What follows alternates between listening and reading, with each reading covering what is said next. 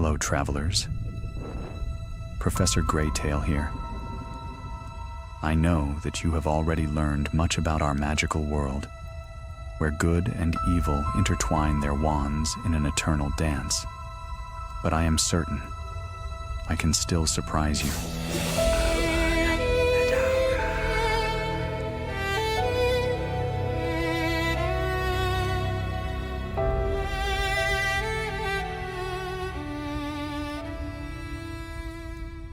Night had settled softly over Hogwarts School of Witchcraft and Wizardry, the ancient castle glowing like a lantern above the darkened lake.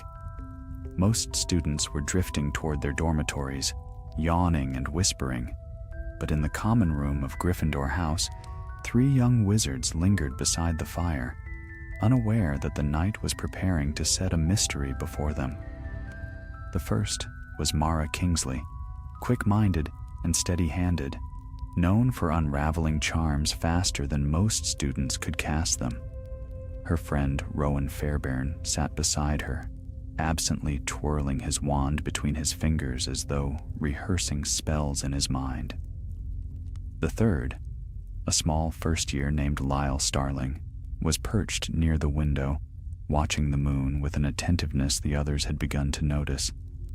Though shy, he often spotted things others missed, especially in the dark. As the clock struck 11, a tremor of sound drifted down the tower stairwell, like a distant chime carried on the wind. Mara lifted her head. "Did you hear that?" Rowan frowned. Probably Peeves knocking something over again. But Lyle shook his head. "No, that was higher up, above us." He pointed upward toward the highest point of the castle. The Astronomy Tower. Mara exchanged a glance with Rowan. The Astronomy Tower had been sealed 2 nights ago, locked by a charm none of the staff had explained. There were whispers that the professors themselves were puzzled by it. No one had been allowed to approach the door since. Yet Lyle's voice carried an uneasy certainty. Before they could question him further, another chime rolled through the stones, clearer this time, as though a bell had been struck inside the tower's upper chamber.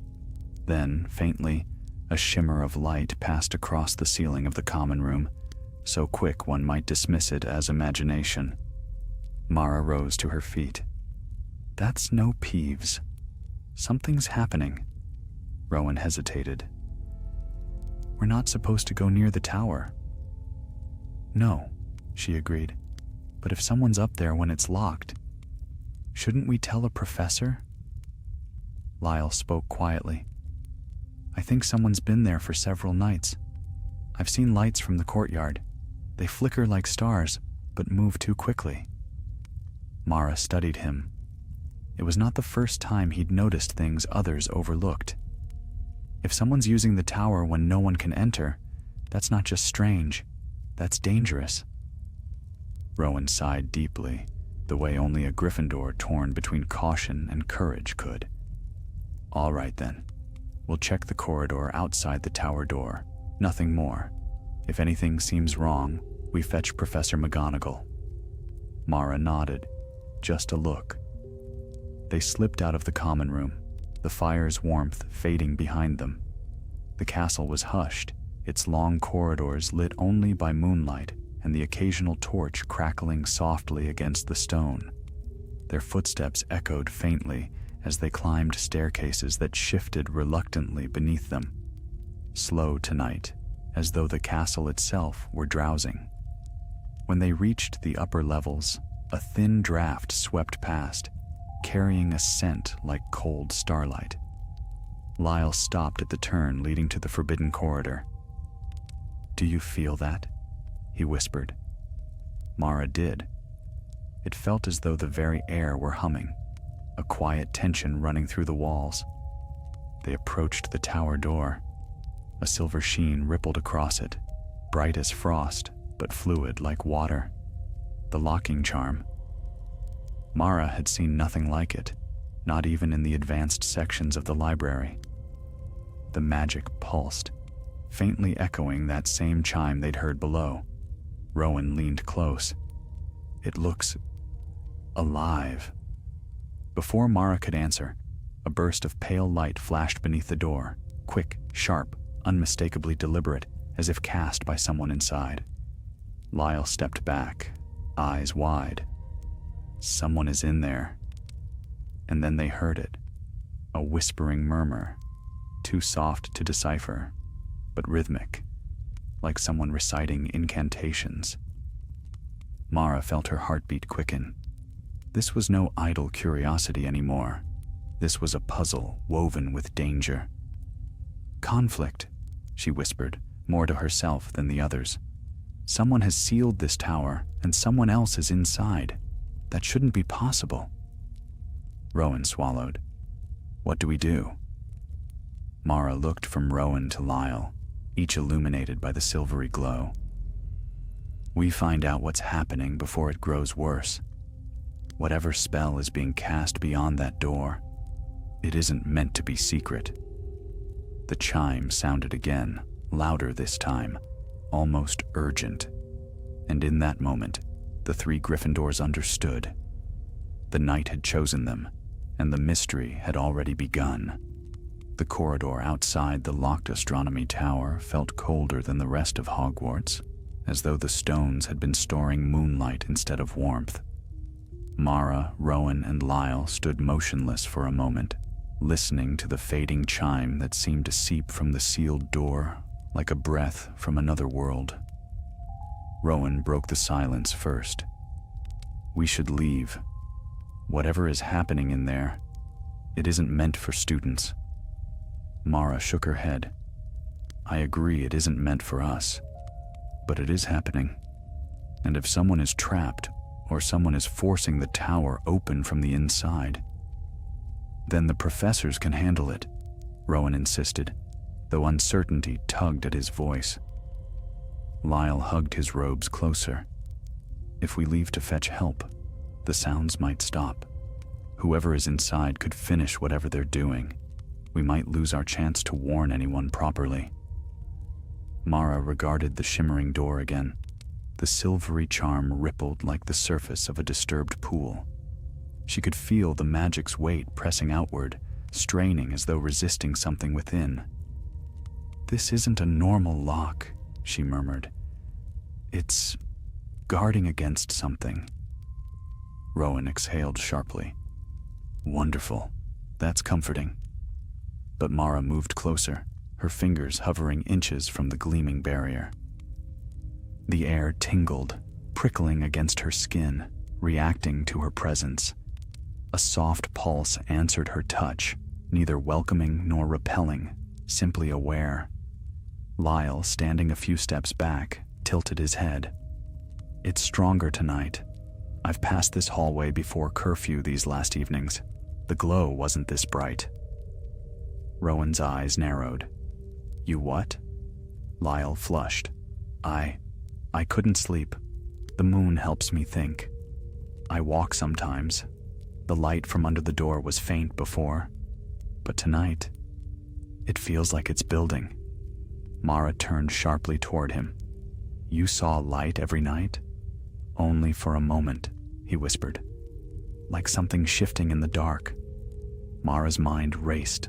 A sealed tower, lights flickering, a growing, resonant charm, and now, clearly, someone inside chanting spells powerful enough to set the very stones humming. We need answers, she said. How exactly do you propose to get them? Rowan asked. We can't open the door. Not yet, Mara replied, but we might not need to. She pointed to the narrow stairwell that wound upward on the tower's outer side. Students normally used it to access the battlements. While it did not lead directly into the tower room, it provided a vantage close enough to peer through slitted windows near the peak. Rowan rubbed his temples. We're going to climb? At night? Above the tallest tower in Hogwarts? Only as far as we dare, Mara promised. Lyle had already begun ascending, his small figure blending with the shadows. If the moon stays bright, we'll be able to see inside. There was no turning back. Rowan muttered something about regretting every decision that had led him to this moment, then followed. The stairwell spiraled steeply, the wind growing sharper the higher they climbed. Mara kept one hand on the cold stone wall, the rough edges grounding her against the dizzying height. The castle lay vast and silent below, its roofs shimmering faintly beneath the stars. Halfway up, a soft vibration coursed through the stairs, a tremor, brief but unmistakable. Lyle halted. "Did you feel that?" Rowan nodded grimly. "Someone's casting again."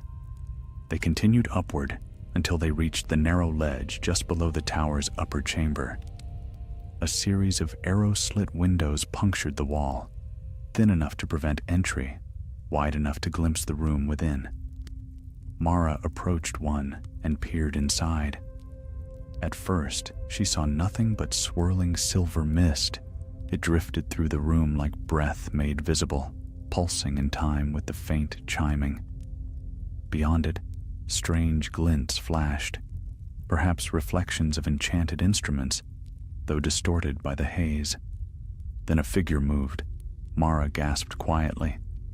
A cloaked student stood near the center of the chamber, wand raised toward a spindly contraption of brass and crystal. The instrument looked ancient, a tangle of rings and spires arranged around a floating orb of pale blue light. Each time the student spoke an incantation, the orb brightened, sending a wave of shimmering energy against the sealed door on the opposite side of the room. Rowan leaned in beside her.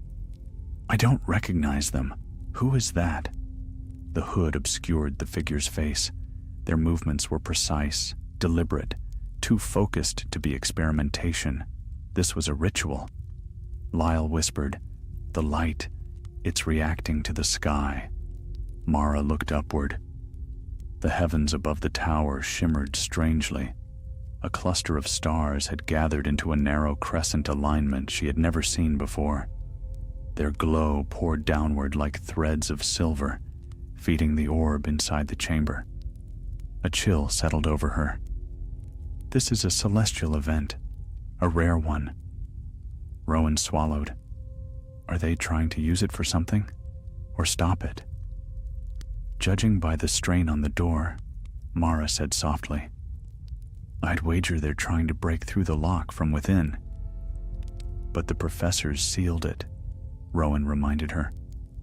"Why would a student want inside so badly?" Mara's unease deepened. Or perhaps the professors sealed it to keep something from escaping. At that moment, the student inside raised both hands. A sharp command pierced the air. The orb blazed white. The entire tower trembled. Rowan grabbed Mara's arm. "We need to go." But before they could move, a shockwave rippled outward. Mara lost her footing, stumbling against the window frame. Lyle fell to his knees. Rowan clung to the railing, cursing under his breath as dust rained from the stones above. Inside the chamber, the cloaked student staggered, nearly knocked off balance. The orb dimmed, flickering erratically, and the brass rings around it spun out of sync. A crackle of unstable magic hissed across the room like lightning trapped in a jar. Mara steadied herself and looked again, just in time to see the student lower their hood. Her breath froze. She knew that face. Rowan saw it too. "That's..." A sudden burst of light swallowed the chamber. The window went white. Mara jerked back, blinking rapidly as the brilliance faded. The glow inside the tower had settled again, but now the chime was louder, faster, pulsing like a heartbeat in panic. Lyle's voice trembled. "They're losing control." Mara's jaw tightened with resolve. Then the conflict is changing. This isn't just curiosity anymore. Someone is trying to harness something they do not understand. She turned from the window, urgency burning in her voice. "We must reach the professors now. If that instrument continues to build power, the tower itself could rupture." Rowan didn't argue this time. Lyle struggled to his feet, pale but determined. The three Gryffindors began their descent, the wind howling around them as though the night itself had sensed the growing danger. The mystery was no longer a whisper, it was awakening, and whatever lay at its heart had begun to stir. The three Gryffindors descended the spiraling stair with haste, the tremors still lingering in their bones. Though the night remained calm beyond the tower walls, Mara felt as though the entire castle held its breath, waiting for something to shift. The distant chime still pulsed faintly, echoing through the stone like the call of some unseen force. "We must find Professor Minerva McGonagall," Mara said, her steps quick and steady. "She'll understand the danger at once." Rowan nodded, though his breath came short. "Assuming she believes us, we were where we weren't supposed to be." "There will be no denying what we saw," Mara replied. "Not after that light." Lyle kept close to them, silent but watchful. Every now and then he cast a glance upward, as though expecting the tower to crack open behind them. His uncanny alertness, so unusual for a first year, had once again proven itself valuable. Tonight, it might prove vital. They reached the corridor where the shimmering door still glowed, brighter now, trembling faintly. The very stones seemed to hum with the strain of the unstable magic within. Rowan stared at it warily. If that door gives way, it will not give way quietly, Mara finished. All the more reason to hurry. Yet as they turned to run toward the staff quarters, a new sound threaded through the hall. A low, wavering note, like the groan of a great creature waking from slumber. The lock's silver surface tightened, the ripples folding inward until the entire barrier gleamed like polished moonstone. Lyle whispered, "It's trying to contain the magic." "And the magic is trying to break free," Mara added. "Something inside is pushing too hard." The thought chilled them, and they hastened on. They had nearly reached the staircase leading toward the Transfiguration corridor when a figure stepped into view, a tall shadow emerging from behind a stone archway. Rowan gasped. Filch? Indeed, Argus Filch, with his tangled hair and lantern clutched in one hand, glared at them as though they had offended the castle itself. "Out of bounds, out past curfew. What are you brats plotting this time?" His voice echoed sharply, ringing far louder than necessary in the tense corridor. Rowan winced at the noise. Mara stepped forward, her tone urgent. "Mr. Filch, please, we must see a professor. Something is wrong in the astronomy tower." Filch scoffed. "The tower is sealed. You oughtn't be anywhere near it, let alone." A thunderous pulse of light burst from behind them, illuminating the hall in a flash of silver. The lantern's glass rattled violently. Filch froze, his jaw falling slack as the shimmering doorway brightened to a blinding radiance for a single heartbeat. Then darkness returned, heavy and trembling. Filch swallowed hard. What was... "There is no time," Mara said firmly. "We must warn the staff, now." Even the castle's caretaker, ever suspicious and eager to reprimand, could not deny the fear in the air. He jerked into motion at last, muttering curses but waving them forward. "Then move fast, if you value your necks. Come along." They ran. The corridors stretched before them like long rivers of shadow. Torchlight flickered wildly, as though disturbed by the invisible energy rippling through the castle. Filch, surprisingly quick despite his age, shuffled ahead with grim determination, leading them toward the staff wing. But the castle shifted. A staircase twisted beneath their feet, halting their progress, forcing them down a different corridor than Filch intended.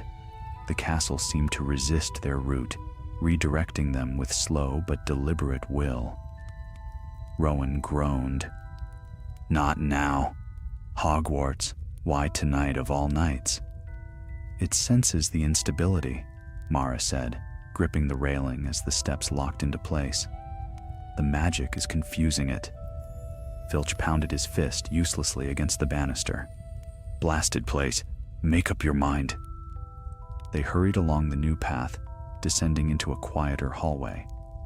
A faint glow emanated from a door at its end. Soft, golden, steady. Mara recognized it at once. Professor McGonagall's office. Filch shoved the door open without knocking. Professor, something's... But the room was empty. The hearth crackled softly, casting warm light on a half-open book and a scarf draped over the back of a chair. She had been here not long ago. Rowan sagged. Where could she be? Mara closed her eyes for a moment, thinking. There is one place she might go during a night like this, the headmaster's tower. If the professors discovered the tower door sealed beyond their ability to open, they would seek guidance together. And that is where we must go, Lyle said quietly. Even Filch hesitated. The headmaster's tower, at this hour, without summons? There is no time to obey proprieties, Mara insisted. A student is in danger, perhaps all of us. The urgency in her voice left no room for argument. They turned back toward the corridor, but a distant rumble rolled through the castle, shaking dust from the rafters. The chime had changed. No longer gentle or rhythmic, it now throbbed in irregular bursts, as if the magic inside the tower had begun to tear at its boundaries. Mara's heart leapt into her throat. Lyle pressed himself against the wall for balance. It's worsening. The star alignment must be reaching its peak. Then we must hurry all the more, Mara said. They hurried through the castle's winding passages until the entrance to the headmaster's tower loomed before them. The stone gargoyle guarding the stairwell peered down with cold eyes, unblinking. Filch cleared his throat. We need to. But the gargoyle shifted aside of its own accord, gravel grating beneath its stone limbs. Rowan blinked. It let us in. That means the professors are already gathered, Mara whispered. The tower is open to any who bear urgent need. They stepped onto the moving staircase, spiraling upward until the oak doors of the circular office came into view. Light spilled beneath them, warm but flickering, as though disturbed by an irregular breeze. Filch pushed the doors open. Inside, several professors stood in tense discussion, and there, at the center of the room, Professor McGonagall turned sharply at the sound of their entrance, her expression fierce with worry. Mara Kingsley, she said, her voice cutting through the room like a spell. Explain why you are out of your dormitory at this hour, and what you know of the disturbance shaking this castle. Mara stepped forward, her breath steady, though her heart raced like wings within her chest. The astronomy tower, Professor? She began. It is not merely sealed. Someone is inside, and they are losing control. Silence fell, deep and heavy. The mystery had reached the ears of those who could confront it, yet Mara knew the conflict had only grown sharper. Whatever force awakened in the tower would not wait for dawn. And the truth she had glimpsed, the face beneath the hood, was a revelation she still carried alone, unspoken and burning like a secret flame. The professors exchanged troubled glances as Mara's words settled over the room like a falling veil. The fire in the hearth crackled uneasily, its flames bending as though drawn toward the distant pulse of unstable magic. The castle seemed to groan faintly beneath them, a reminder that the disturbance was not imagined, but very real. Professor McGonagall stepped closer, her sharp eyes fixed upon Mara. A student? Inside the sealed chamber? That is impossible. The locking charm was cast by 3 members of staff. It should not be breached from either side. Yet someone has done so, Mara replied, keeping her voice steady. We saw them with our own eyes. They are performing some kind of ritual upon an ancient instrument. At this, Professor Flitwick gave a soft gasp. An instrument? Describe it, my dear, quickly. Mara recounted the sight, the brass rings, the crystals, the orb suspended between them, and the way the stars themselves seemed to channel light into the device. As she spoke, the professor's expressions shifted from confusion to grave recognition. I had hoped that artifact was no longer functional, Flitwick whispered. It was sealed away generations ago. Professor Sprout shook her head. Why was it ever brought to the tower in the first place? To study celestial alignments, Flitwick answered. It was a focus of great power, too great. It can draw magic from the heavens themselves, but it is unpredictable, dangerous if misused. A second tremor shuddered through the tower. Dust drifted from the rafters. The golden instruments on Dumbledore's former desk jingled faintly, chiming in discord with the rhythm from above. Professor McGonagall's eyes sharpened. We must open the sealed door.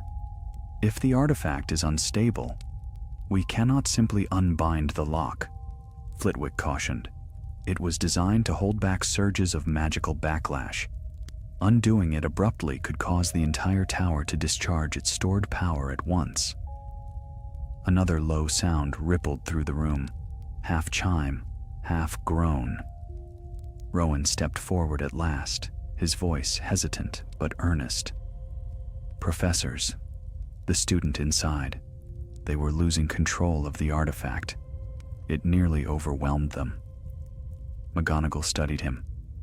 Did you see their face? Rowan looked to Mara, uncertain. She felt the weight of the truth pressing upon her, the identity of the hooded student still burning in her mind. Yet she sensed revealing the name now, without understanding the motive, might cloud the professor's judgment. There would be a time for that revelation, but the tower itself demanded attention first. We could not see clearly enough, she said quietly. McGonagall accepted this with a curt nod, though Mara suspected the professor sensed more than the words revealed. She always did. Another voice spoke up from the far side of the room, Professor Sinistra, wrapped in deep, midnight-colored robes. Until now she had been silent, but her eyes glimmered with starlit concern. If the alignment is reaching its peak tonight, she said, then the artifact will grow stronger with every passing moment. Whoever is wielding it cannot hope to contain that force without guidance. And without guidance, McGonagall concluded, they endanger not only themselves, but the entire castle. A decisive spark lit her gaze. We go to the tower. The professors moved with swift purpose, gathering their wands and stepping toward the doorway. Filch lingered nervously, wringing his hands, but they ushered him back with firm words. Only the 3 Gryffindors were permitted to follow, by McGonagall's order. You witnessed events firsthand, she said. Your knowledge may prove necessary. Mara, Rowan, and Lyle exchanged looks, fear mingled with determination. They were no longer mere spectators. The unfolding conflict had drawn them into its heart. The procession swept through the corridors, their robes whispering like storm winds. Torches flickered as they passed, reacting to the presence of so many powerful witches and wizards moving with singular intent. The staircases, so fickle earlier, now aligned themselves without protest, as though the castle, too, understood the urgency. When they reached the corridor leading to the sealed chamber, the silver shimmer across the door pulsed violently, like a barrier straining against a rising tide. The air hummed with raw magic, sharp and metallic, prickling against the skin. McGonagall approached the door, wand held firmly. "We shall attempt to open it together," she instructed. "Flitwick, Sprout, Sinistra, prepare your counter-charms." Mara stepped aside with Rowan and Lyle, watching as the professors raised their wands. A harmony of murmured incantations filled the corridor, weaving tendrils of gold, blue, and emerald light into a delicate lattice. Slowly, cautiously, they pressed their enchantments against the shimmering lock. For a moment, the magic responded. A ripple, soft and slow. Then the tower boomed like thunder. A shock wave burst from within, slamming against the lock so fiercely that all 4 professors staggered backward. Rowan cried out as the force knocked him against the wall. Lyle shielded his face from the sparks that showered outward. The barrier did not shatter. Instead, it tightened, glowing with blinding intensity, refusing the professor's efforts with a will that seemed almost sentient. Flitwick gasped. "The artifact is resisting us. It is drawing strength from the alignment, enough to overpower our combined spell work. We cannot force the door without risking a magical rupture," Sinistra warned. "If the backlash escapes, it may bring down half the tower." McGonagall's jaw clenched with frustration. "Then how do we reach the student?" Mara's breath caught. For in that moment, the chime shifted again, no longer chaotic, but rhythmic, pulsing in a pattern she recognized all too well from their earlier climb. It was the same rhythm the student had been chanting. A signal. A warning. "Professor," she said quickly, "the artifact reacts to the alignment. If we cannot break the seal, perhaps we can weaken the artifact's influence from outside." Flitwick turned toward her. "Explain." Mara pointed to the narrow windows high above. "The celestial energy is feeding straight into the chamber, but the alignment is delicate. If someone interfered with its reflection from the tower's outer face, temporarily, we might weaken the artifact's power." Rowan blinked. "You mean, climb again?" McGonagall considered the idea, her gaze stern yet thoughtful. "It may be possible. The battlement ledges are narrow but accessible, and a well-timed disruption of a reflected starline could indeed diminish the artifact's stability." Sinistra nodded slowly. "Yes, a shadow cast across the primary star channel could pause the influx of power long enough for us to open the door." Rowan looked queasy. Lyle looked pale. Mara felt both emotions and pushed them aside. "We can do it," she said softly. "We must." McGonagall hesitated only a heartbeat before nodding. "Very well. You 3 will accompany me and Professor Sinistra to the outside ledges. The others will remain here to attempt the unlocking charm as soon as the pressure weakens." Flitwick straightened. "We shall be ready." Mara's stomach fluttered with fear, but deeper still stirred something steadier, courage born of purpose. The conflict was now clear. They must weaken the artifact long enough to free the trapped student and save the tower. The professors moved swiftly. A side passage led to a narrow stone door seldom used, opening onto the chilly night air. The wind whipped at their robes as they stepped onto the exposed ledge circling the tower's peak. Above them, the stars blazed in unnatural formation, their silver threads descending upon the hidden instrument like rivers of light. "We must cast a shadow across the channel," Sinistra instructed. "Mara, your spellcraft is quick. Rowan, steady the path. Lyle, inform us the moment the star line dims." They took their places along the ledge, fear and determination warring within their hearts. The tower hummed like a living thing. The alignment flared, and the night poised itself for the next turn in the unfolding mystery. Cold winds curled around the tower's peak, carrying with them the scent of ancient stone and starlit frost. Mara stepped onto the narrow ledge, her fingers brushing the rugged wall for balance. The world below seemed far away.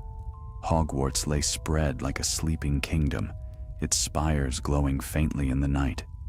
Yet above, the sky churned with unnatural brilliance, as though the heavens themselves strained toward the tower. Professor Sinistra moved with practiced grace, her dark robes blending with the shadows along the battlements. She lifted her wand, its tip glowing with a soft blue light that danced in the wind. "The primary star channel lies there," she said, pointing to a shimmering thread of silver descending toward the concealed chamber window. "If we cast even a moment's shadow upon it, the flow of celestial magic will falter." Mara nodded, studying the luminous beam. It was thin, yet vibrant, a living ribbon of starfire pulsing toward the tower. Its brilliance made the stones beneath it shimmer like molten metal. Rowan adjusted his footing. "Just so we are clear, we are trying to block a beam of magic sent from the sky itself?" "With precision," Sinistra replied calmly, and without falling. Rowan muttered something inaudible, but braced himself. Lyle, smallest and lightest among them, edged closer to the outer point of the ledge. His night-sharp eyes glimmered. "The alignment is shifting. We must hurry." A deep, resonant chime rolled through the stones, stronger than any previous tremor. The ledge vibrated beneath their feet, and dust drifted from the tower's upper carvings. Mara steeled herself. "On my mark." She raised her wand. A faint arc of controlled light formed before her, shimmering like a curtain of pale gold. When cast at the right angle, this spell would stretch across the star channel, breaking its path for only a heartbeat. But a heartbeat was all the professors needed. "Mara," Sinistra warned softly, "the magic may push back. Stand firm." The Gryffindor girl nodded. Rowan took position behind her, hands steadying her shoulders, "in case the wind tries to claim you." Lyle knelt at the edge, his gaze fixed on the beam. "Now," he whispered suddenly, voice tight. "The stars shift. The channel is thinning." Mara struck. Her wand carved a swift arc through the air, releasing a shimmering veil of light that blossomed outward like a drawn-back banner. It drifted across the star beam and met fierce resistance. The silver channel flared, pushing hard against Mara's golden veil. Sparks lashed where the two lights collided. The sky above rippled, constellations flickering as though startled. Mara clenched her jaw, pouring strength into her spell. The wind whipped at her cloak, threatening to hurl her backward, but Rowan braced her, anchoring her against the onslaught. "Hold!" Sinistra cried over the howling air. "Just another moment." The starbeam pulsed violently, then flickered. Lyle shouted, "It's dimming! The channel is breaking!" Below, a roar echoed from within the tower, part thunder, part cry of strained enchantment.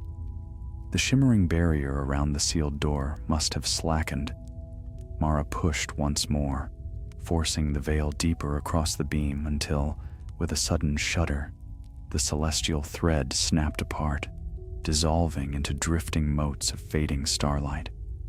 A heavy silence fell. Then Sinistra exhaled, a breath of profound relief. "It is done. Quickly.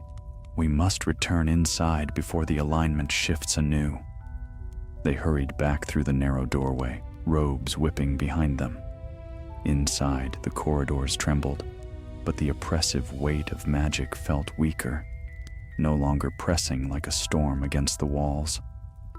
When they reached the sealed chamber corridor, they found Professors McGonagall, Flitwick, and Sprout poised with wands raised.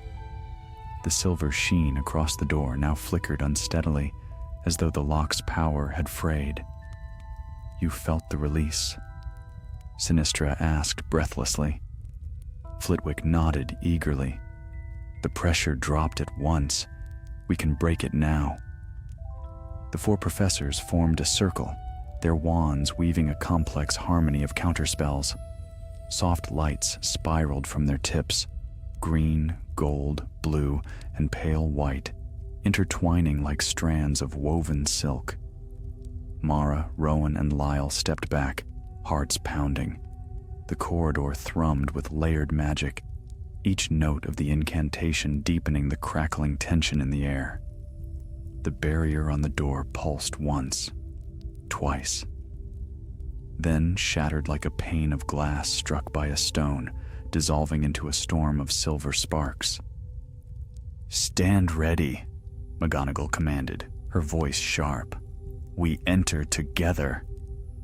The door creaked open. A wave of cold, swirling mist poured into the corridor. Beyond it, the chamber flickered with unstable light. The brass rings of the ancient instrument spun wildly, scraping against each other in a discordant clatter. Lightning-like threads snapped across the orb at its center, which pulsed in irregular spasms. And beside it, the cloaked students staggered, wand trembling in their grasp. McGonagall strode forward. "Enough! Step away from the artifact!" The student turned at the sound of her voice, and their hood slipped back. Rowan's breath caught, Lyle's eyes widened, and Mara felt her heart drop like a stone, for the face revealed was one she had recognized at once during the earlier glimpse through the tower's window. Kestrel Thorne, a fifth-year Gryffindor. Brilliant, solitary, strangely obsessed with celestial magic. A student Mara had always admired and feared a little for the intensity that simmered beneath her quiet demeanor. "Mara," Rowan whispered, "you knew." She did not answer. Kestrel's eyes glittered with feverish determination, though exhaustion hollowed her expression. "Professor," she said, voice hoarse, "please, don't stop me. I'm so close. I can stabilize it." "You are doing nothing of the sort," McGonagall said sternly. "You are putting the entire castle at risk." Kestrel shook her head fiercely. "No, you don't understand. This convergence happens once every 1,000 years. If I can align the artifact properly, it will open a window into the heavens, a window through which we may see pure magic, magic untouched by earthly limits." A tremor tore through the chamber. The orb flared violently, and a crack zigzagged across its surface. Sparks burst outward, forcing the professors to shield their faces. Flitwick cried out, "The artifact is collapsing. If it breaks, the magical discharge will be catastrophic." Kestrel's eyes filled with panic. No, it can't fail now." McGonagall raised her wand. "Disarm her." But the moment before the spell released, the artifact shrieked, an eerie, metallic scream, and unleashed a burst of raw energy. The windows shattered outward. The floor lurched. A column of pale light shot toward the ceiling, cracking its ancient stones. And the catastrophe Kestrel had feared and caused began to unfold. The professors fought to contain the blast. The Gryffindors shielded themselves against the storm of magic, and Mara realized that the conflict had reached its breaking point, for the tower itself was beginning to fall apart. The chamber convulsed beneath them, the ancient stones groaning like a wounded beast. The radiant column that burst from the artifact clawed at the ceiling, shredding it with jagged cracks. Dust rained down in choking clouds, and the tower's highest beams trembled as though struggling to hold themselves upright. Professor McGonagall struck the ground with her wand, shouting a stabilizing charm that rippled outward in golden waves. "Hold your ground! Secure the walls!" Flitwick darted forward with astonishing speed for his small frame, reinforcing the floor with a flick of shimmering blue light. Professor Sprout conjured thick vines that wrapped themselves around splitting stones, slowing their collapse. Yet even combined, their power barely contained the raw force thrashing from the artifact. Kestrel Thorne stood at the center of the chaos, her expression twisted with horror as she clutched her wand to her chest. No, it wasn't meant to do this. It should have harmonized with the convergence. You forced its hand, Sinistra cried, shielding her eyes as another bolt of star-white energy erupted from the orb. You fed it more magic than it could bear. The artifact hissed like molten metal dropped into ice, its once smooth surface now splintered by hairline fractures glowing a furious blue. Each pulse it released felt stronger than the last, rattling the tower with desperate fury. Mara's heart thundered in her ears as she pulled Rowan and Lyle behind a fallen beam. We have to stop it, she whispered, coughing on the swirling dust. If it tears open any further, the backlash will destroy the whole tower. Rowan wiped grime from his eyes. Stop it? How? The professors can barely contain it. Lyle, pale yet unwavering, stared toward the artifact with a strange, focused intensity. It's unraveling, he murmured. The magic is tangled, like threads pulling in opposite directions. Mara blinked. Threads? Something sparked in her mind, an echo of the patterns she had seen through the tower window. The artifact had drawn power from the stars with precise alignment. But now the celestial threads were snapped, broken by their earlier interference. The artifact still attempted to funnel magic through those fraying channels, overloading itself. Kestrel! Mara shouted above the storm. Stop feeding it. You have to release the alignment spell. Kestrel stumbled backward, shaking her head. I can't. The convergence has already latched onto the artifact. It won't let go. Another surge erupted, hurling her against the wall. Mara started toward her, but Rowan pulled her back as a beam split in half and crashed down where she would have stepped. You'll be crushed if you go out there. Lyle spoke suddenly, his voice steadying with eerie clarity. The artifact is listening. Mara turned to him, startled. Listening. To the alignment, Lyle whispered. It's still trying to follow the pattern, even though the pattern is broken. If we can give it a new one, something stable, it might release the excess magic. Rowan gaped. Lyle, how do you even know that? I can see the threads, he murmured. Not with my eyes, with something else, the same way I spotted the lights before. Mara felt a chill sweep through her. Had his strange night sight been more than coincidence all along? But there was no time to question it. Professors, she cried, we must guide the artifact, give it a controlled path for release. McGonagall, clinging to the crumbling wall, shouted back, Miss Kingsley, we cannot cast blindly. If we miscalculate, the backlash may double. But Flitwick's eyes gleamed with sudden understanding. No, not if we anchor its release to the tower's wards. Direct the excess power downward into the castle's foundational ley lines, exactly as we do when redirecting storm magic. Sinistra nodded sharply. Yes, we can fashion a channel. The professors formed a semicircle, raising their wands toward the trembling orb. A web of shimmering lines shot from their spells, weaving like luminous vines around the artifact's base, anchoring it to the floor. But the orb resisted, thrashing violently like a wild creature ensnared. Kestrel dragged herself upright, tears streaking through the dust on her cheeks. Let me help, she pleaded. It's my doing. I know the spell. It will listen to me. McGonagall hesitated, but only for a heartbeat. Very well, but follow our lead. Any deviation, and we abandon all risk. Kestrel nodded desperately, lifting her wand with trembling hands.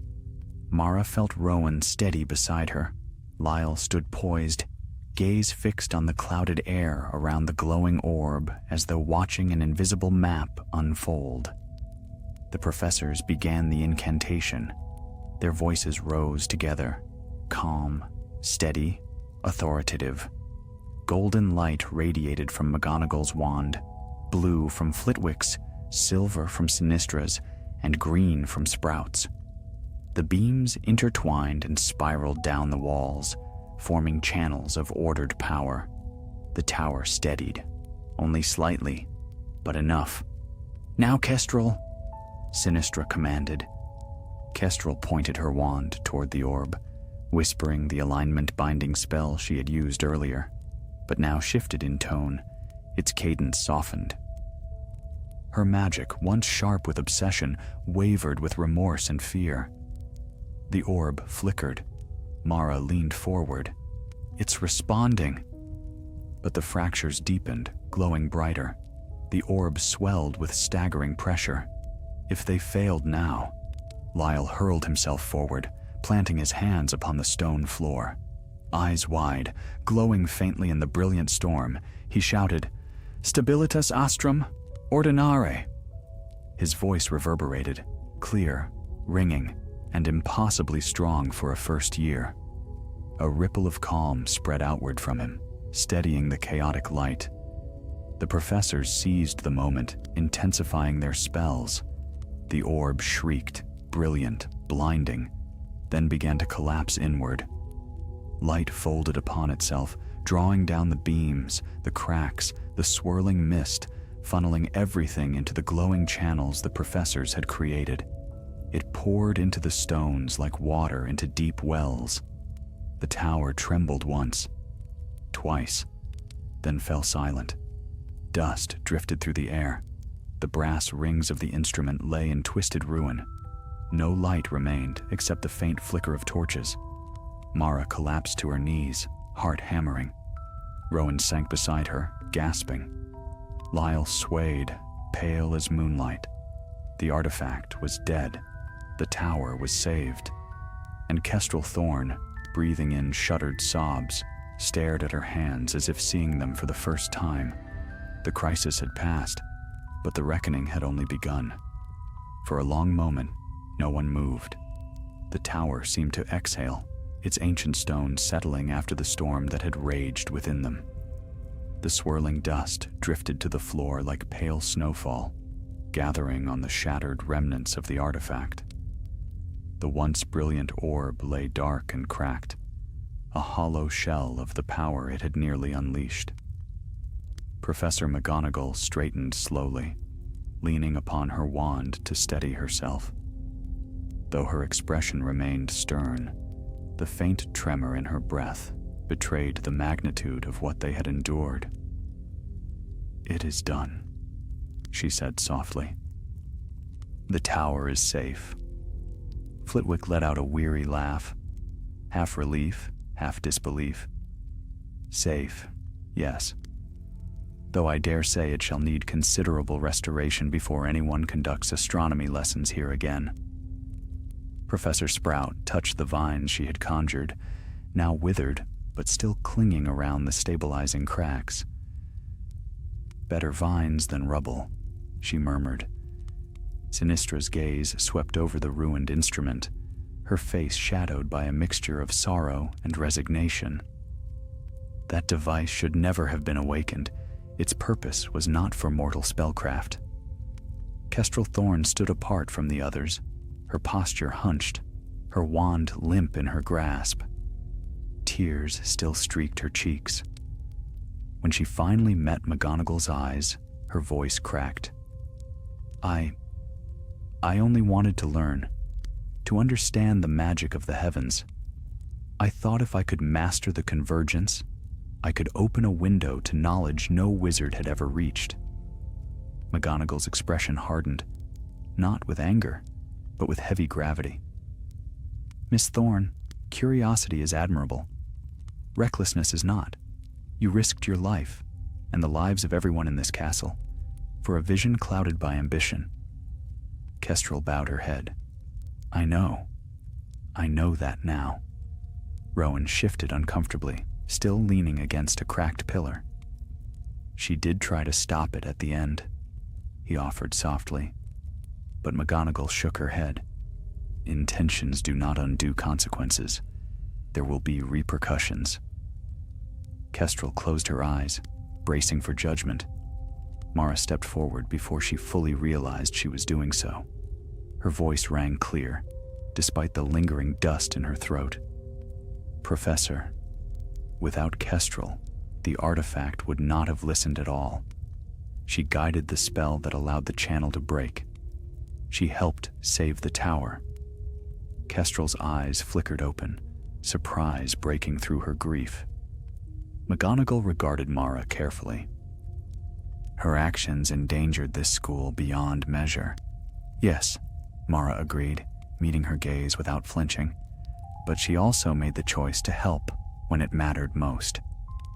A long silence followed, heavy, thoughtful. Finally, McGonagall exhaled.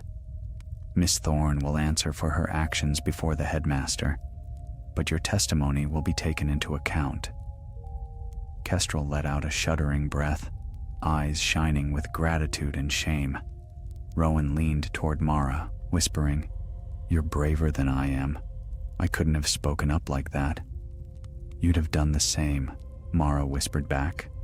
Lyle, who had remained quiet since the collapse, swayed slightly where he stood. Mara noticed at once and rushed to him. "Lyle, are you hurt?" He blinked slowly, as if waking from a deep dream. "No, I don't think so. Just tired. The threads, they were so bright. Too bright." Sinistra approached, her expression softened with unusual gentleness. "What you did, young starling, was remarkable. Rarely have I seen a child align raw celestial magic with such instinct." Lyle looked confused. "I didn't align it. I only listened."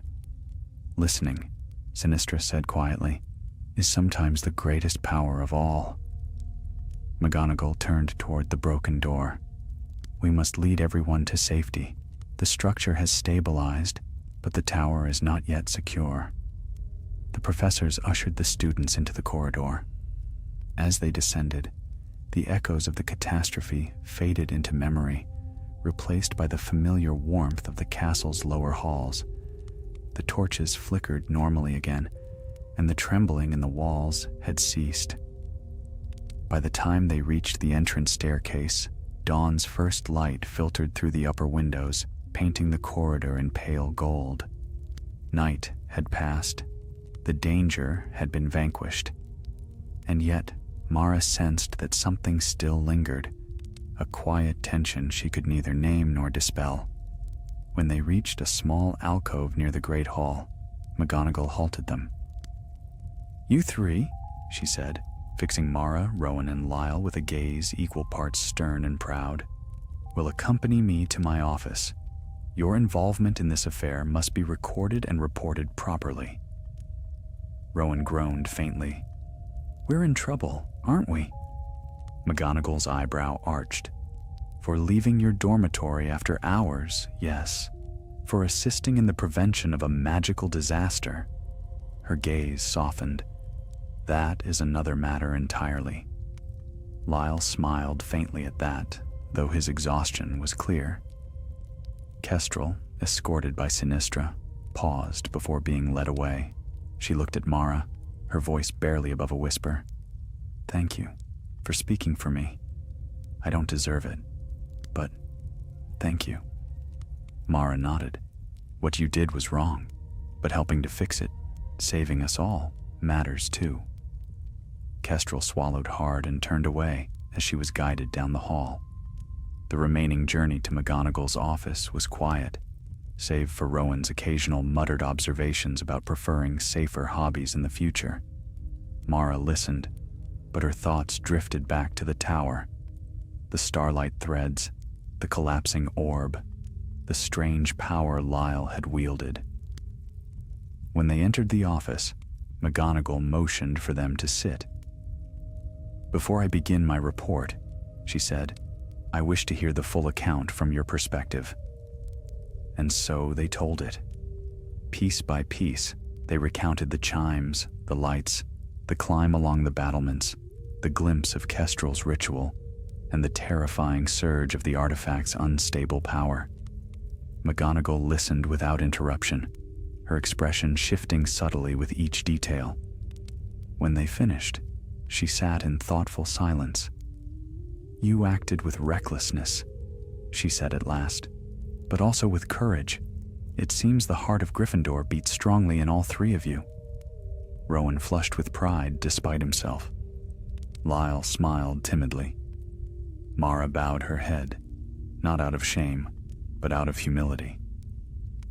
"Your actions will be reviewed," McGonagall continued, "but know this. Without your intervention, the outcome tonight would have been far worse." Then, unexpectedly, she gave them the faintest smile.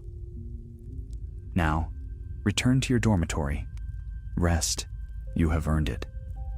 They rose, bowed, and stepped out of the office into the stillness of early morning. Rowan stretched his arms with a groan. "Well, that was a night." Lyle nodded. "Will things go back to normal now?" Mara gazed toward the distant silhouette of the astronomy tower, its highest windows cracked but no longer glowing. "No," she said softly. "Not exactly. Something changed tonight."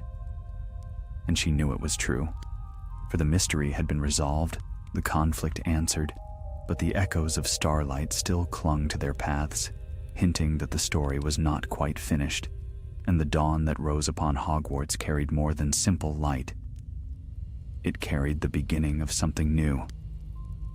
The sun had risen fully by the time Mara, Rowan, and Lyle reached the Gryffindor common room.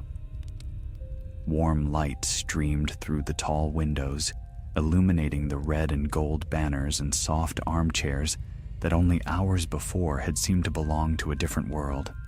Students lounged sleepily near the hearth, unaware of the catastrophe that had hovered over them during the night. As the portrait hole swung open, a dozen faces turned their way. Some greeted them with cheerful good mornings, others with curious glances. None realized the exhaustion in Mara's bones came not from sleeplessness alone, but from standing at the heart of raging magic. Rowan flopped onto a sofa with a dramatic groan. "If anyone needs me," he declared, "I'll be asleep until the end of term." Lyle managed a tired laugh before sinking into an armchair, his legs dangling. Mara sat beside him, though her thoughts refused to quiet. Even here, surrounded by warmth and familiarity, the memory of the tower's collapse still flickered behind her eyes.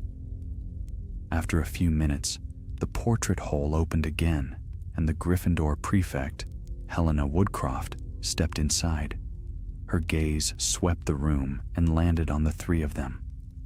"You three," she said briskly. "Professor McGonagall has excused you from morning classes. You are to rest until lunch. She emphasizes that you are not to discuss last night with anyone." Rowan saluted half-heartedly. "Gladly. I have no strength left for retelling." Helena hesitated. She also wanted me to say, "Well done." Rowan sat up straighter, eyes wide. "She said that?" "As close to it as she ever comes," Helena said with a small smile. "Now rest." She left as swiftly as she came. Rowan leaned back, beaming. "Did you hear that? Praise. Actual praise from McGonagall. I might faint." Mara attempted a smile, but her mind was too full. Kestrel's tear-streaked face, the shattered orb, the strange glow in Lyle's eyes as he steadied the collapsing magic. She turned to the first year. "Lyle, what happened to you up there? How did you know what to say?" Lyle fidgeted with the hem of his robe. "I don't know. I just felt it, like music in the air. Everything was tangled, and I could hear which threads were pulling wrong." "Magic doesn't make sounds," Rowan said skeptically. Lyle shrugged. "It did to me. Mara studied him. Has anything like that happened before? He shook his head but looked unsure. Maybe a little. Sometimes when it's dark, I can see patterns in things. Lights that shouldn't be there, shapes in the shadows. I thought everyone saw them. Rowan's eyes widened. I definitely don't. Mara exchanged a thoughtful glance with him. There was more to Lyle Starling than any of them had realized. Before she could ask further, the portrait hole swung open once more, and a familiar figure entered. Kestrel Thorne. Her shoulders were drawn, her steps hesitant. She spotted them instantly. Rowan stiffened. Lyle shrank slightly in his seat, but Mara stood. Kestrel. The older girl approached slowly, as though crossing an invisible barrier of shame and uncertainty. When she stopped before them, she lowered her head. I wanted to thank you again, she said softly, for speaking on my behalf. I know I don't deserve your kindness. Mara shook her head. Everyone deserves a chance to make things right. Kestrel's eyes glimmered with something between sorrow and hope. Professor Dumbledore has decided my punishment will involve restricted supervision and private remedial lessons with the staff. I'm not expelled. A faint, incredulous smile tugged at her lips. I thought I might be. Rowan let out a breath he hadn't realized he'd been holding. That's good. Really good. Kestrel's gaze dropped. But I will not be allowed near the astronomy tower again, nor anything to do with celestial spellcraft. They say my ambition outpaced my judgment. Mara stepped forward. Ambition isn't wrong, but learning when to stop, that matters too. Kestrel nodded, her voice trembling. I learned it far too late. She paused, hesitating before adding, You were brave, all of you. If you ever need help, with anything, I owe you more than I can repay. She turned, ready to leave, but Mara asked, Kestrel, why did you do it? Truly? Kestrel froze. For a moment, she seemed as fragile as the broken orb they had destroyed. My mother was an astronomer, she whispered. She believed the stars held answers to everything. Life, magic, destiny. When she died, I thought if I could finish her research, I could feel closer to her again. She met Mara's eyes with raw intensity. I didn't mean to endanger anyone. I only wanted to touch the sky she loved. Silence fell. There was pain in her words, but also truth. Mara spoke gently. Your mother would be proud of your dedication, but she'd want you to be safe too. Kestrel swallowed hard. Yes, I see that now. With a grateful nod, she departed, leaving the 3 Gryffindors in quiet contemplation. Rowan rubbed his face. Well, that was emotional. Mara elbowed him lightly. Show some heart. I have heart, Rowan insisted. It's just exhausted. Lyle laughed softly. Hours passed in peaceful silence as they rested. Eventually, the warmth of the fire lulled them into sleep, and they did not wake until noon. When they descended to the great hall for lunch, murmurs filled the air. Something had spread through the school, an unease, subtle yet unmistakable. Students whispered of strange tremors in the night, of lights flickering in the upper towers, of professors rushing through the halls at odd hours. But the truth of the catastrophe remained hidden, as McGonagall had ordered. Mara, Rowan, and Lyle ate quietly. Every shadow across the ceiling seemed to hold memory. Every distant sound reminded Mara of the tower's trembling. After the meal, as they walked toward Charm's class, a soft voice called from behind them. Mara! She turned to see Professor Sinistra standing in the corridor, her star-flecked robes shimmering faintly even in daylight. Her expression was thoughtful, almost searching. A word, if you please. The others stepped aside as Mara approached. Sinistra regarded her with calm intensity. You showed remarkable composure in the tower and unusual insight. That is not something I overlook lightly. Mara flushed. I only did what needed to be done. Yes, Sinistra said, but you did it with understanding, true understanding, of forces few students your age could grasp. She folded her hands. There are very few who can read celestial magic without formal training. Mara blinked. But I didn't. It was Lyle who sensed the threads. Indeed. Sinistra's gaze drifted down the corridor where Lyle and Rowan waited. That boy, there is something unusual about him. Something I intend to watch closely, not with fear, but with interest. Mara followed her gaze. Will he be in trouble? On the contrary, Sinistra said with a faint smile.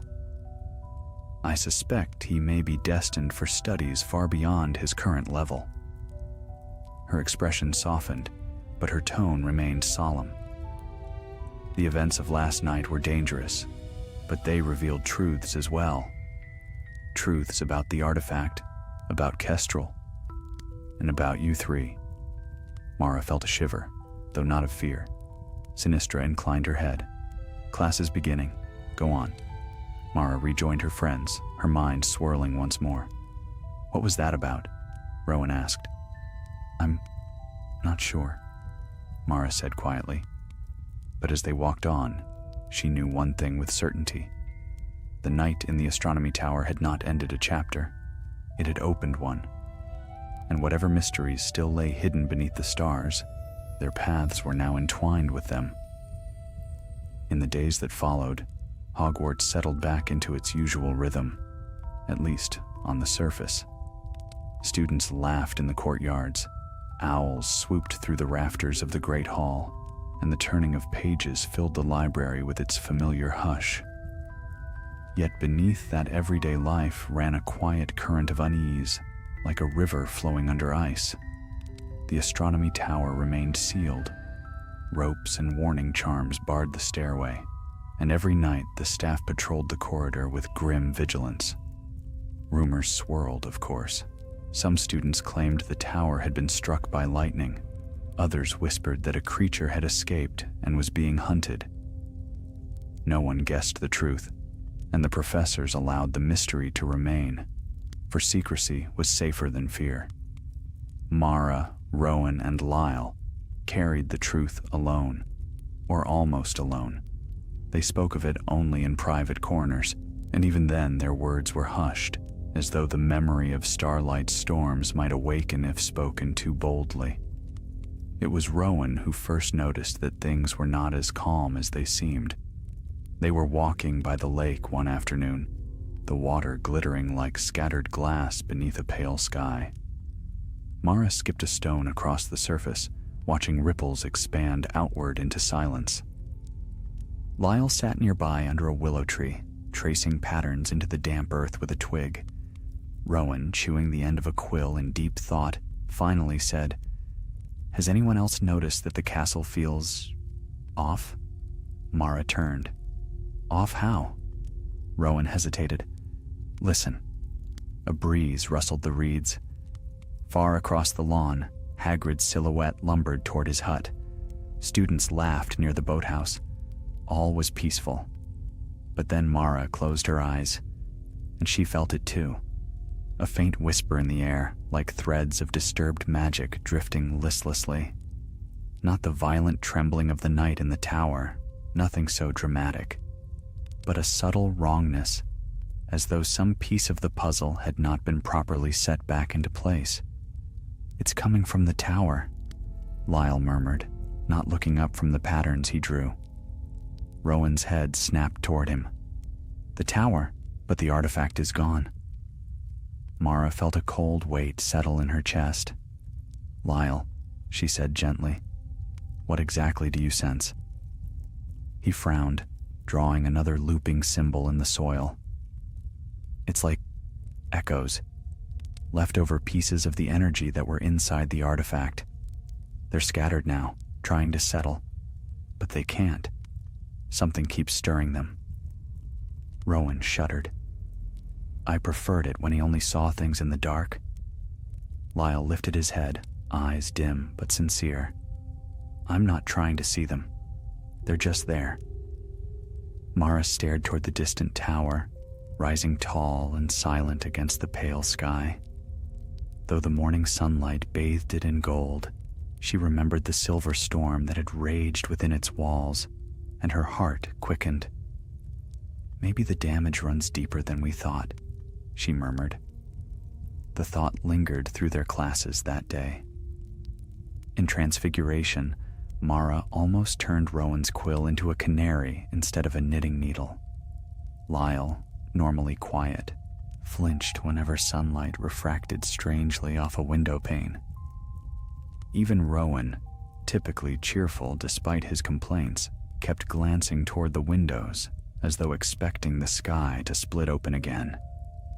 It was after dinner, in the nearly empty great hall, that their fears took shape. Mara was finishing her last bite of treacle tart when a sudden flicker of light danced across the enchanted ceiling. She frowned. The ceiling rarely changed so abruptly. It followed the sky, and the sky outside was calm. But then the flicker came again, sharp, silver, like a thread of starlight slicing through the illusion. Oh no, Rowan whispered. Other students noticed as well. Heads lifted, voices murmured. Is it lightning? Someone asked. No storm tonight, said another. The professors at the staff table exchanged subtle glances. McGonagall rose slightly from her seat. Then, without warning, the ceiling's starry illusion warped, the constellations bending, stretching, shimmering with unnatural radiance. A tremor ran through the hall. Not strong, not dangerous, but unmistakable. Lyle's hand clutched the edge of the table. It's happening again. The leftover magic, it's rising. Mara felt her pulse quicken. But why now? Rowan looked pale. Dinner hasn't even finished yet. We don't get crises before curfew. But as quickly as the disturbance began, it faded. The ceiling steadied. The stars returned to their quiet vigil. Students resumed their chatter, forcing laughter to hide their unease. But the professors did not sit again. Their eyes were fixed on one another in silent, urgent conversation. Then McGonagall turned and met Mara's gaze across the hall. The message was unmistakable. She knew. Mara, Rowan, and Lyle met in the deserted library corridor that evening, where shadows clung thickly to the tall archways, and only the faint glow of wall sconces lit the stone path between shelves. We have to tell her, Rowan insisted. McGonagall saw us. She knows something's wrong. Tell her what? Mara countered. We don't even know what's happening. The artifact is destroyed. Maybe not all of it, Lyle whispered. He drew a small circle on the floor with his fingertip. When the artifact collapsed, not everything went into the spell channels. Some parts scattered, and some of those fragments were not physical. Mara shivered. Magical residue. Lyle nodded. Residue that wants to return to the alignment, even though the alignment is gone. Rowan's face twisted in confusion. You're saying leftover magic is trying to reach stars that aren't in place anymore? Yes, Lyle said softly. It's reaching for a pattern that vanished. That's why it's unstable. Mara pressed a hand to her forehead. And the tower is acting like a beacon. Rowan groaned. Why can't magical catastrophes ever end properly? But Mara's thoughts were already racing ahead. If those fragments grow stronger or gather together, they could form a new conduit. A weaker one, yes, but still dangerous. We have to stabilize the residue before it strengthens. Stabilize? Rowan sputtered. We? As in us? Again? Mara's expression hardened with resolve. We're the only ones who sensed it first, and Lyle understands magic the others can't. Lyle's cheeks reddened. I'm not sure I understand it. I just hear it. Then we'll listen with you, Mara said. They moved in unison, driven by shared purpose, toward the back of the library where few students ventured at night. Shadows thickened around them as they approached the tall, narrow window overlooking the courtyard beneath the astronomy tower. The moon peeked through drifting clouds, silver and watchful. From somewhere above, faint as the sigh of a sleeping giant, came a whisper, a chime, so soft it barely existed. Lyle's breath hitched. Rowan grabbed Mara's sleeve. That was it, wasn't it? Mara nodded. It's calling again, she whispered. Not a storm, not a catastrophe, but a remnant, a leftover echo of celestial magic that had survived the collapse. And now it was awakening. The whisper drifted through the corridor like a strand of moonlit mist, soft, fleeting, yet unmistakably alive. It disappeared almost at once, but its presence clung to the air, lingering in the stones as though the castle itself remembered. Rowan swallowed hard. That wasn't my imagination, right? We all heard that? Mara nodded slowly. Yes, and it means the residue is moving. Lyle pressed a hand to the window glass, his breath fogging the pain. It's trying to gather, like dust being pulled toward sunlight. His voice trembled with a strange mixture of awe and dread. It wants to be whole again. Whole? Rowan squeaked. No, thank you. We barely survived it the first time. Mara drew him back from panic with a steady look. This isn't the artifact reborn, not yet, but fragments of magic can be unpredictable and dangerous if they find the wrong shape to settle into. Rowan groaned into his palms. I hate when you say things that sound wise and terrifying at the same time. Mara didn't smile. Instead, she turned from the window and began pacing through the corridor. The moonlight created long shadows across the walls, making each step feel as if she were crossing into deeper uncertainty. We have to find the source, she said. The place where the residue is collecting. If we can disperse it safely, scatter it across the wards, it won't have the strength to reform. And if we can't? Rowan ventured. Lyle answered, voice barely above a whisper. It might create another conduit, a smaller one, yes, but strong enough to cause instability, strong enough to call more magic to it. Mara pressed a hand to her forehead. We mustn't let that happen. The corridor creaked softly, a settling of ancient timber. Hogwarts seemed to lean closer, listening. Rowan wrung his hands. Are you sure we shouldn't just go to McGonagall this time? Not yet, Mara said firmly. If we tell her the residue is active, she'll seal off half the school. And if she doesn't understand the residue's nature, she might make it worse by trying to contain it. We need to know more first. Rowan sighed dramatically. Why do we always need to know more first? But he didn't argue. Lyle stepped away from the window, his posture suddenly sharper, more alert. It's moving again. They froze as another faint chime trickled through the hall, like a glint of sound, so soft it could have been mistaken for imagination. But Mara felt a prickling warmth along her arms, and she knew it was no trick. It came from upstairs, Lyle said. Mara nodded. The upper library. Without another word, they slipped through the dim hall, their footsteps soft against the stone. The castle felt unusually still. Even the portraits along the walls remained asleep, their occupants curled in painted armchairs or moonlit meadows.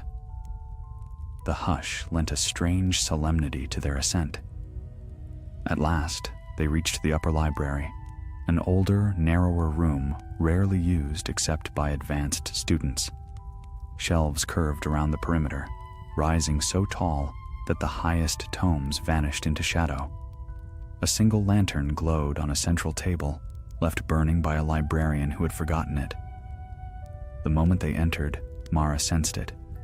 A faint shimmer in the air, subtle but unmistakable, like the afterglow of a spell cast moments earlier. Rowan shivered. "Oh, I do not like that. I do not like that one bit." Lyle moved forward cautiously, his eyes half closed, as though listening with something beyond hearing. "It's here," he breathed. "The residue. One of the larger pieces." Mara scanned the room, searching for anything out of place. A ripple in the air, a shifting in the shadows. Anything. Then she saw it.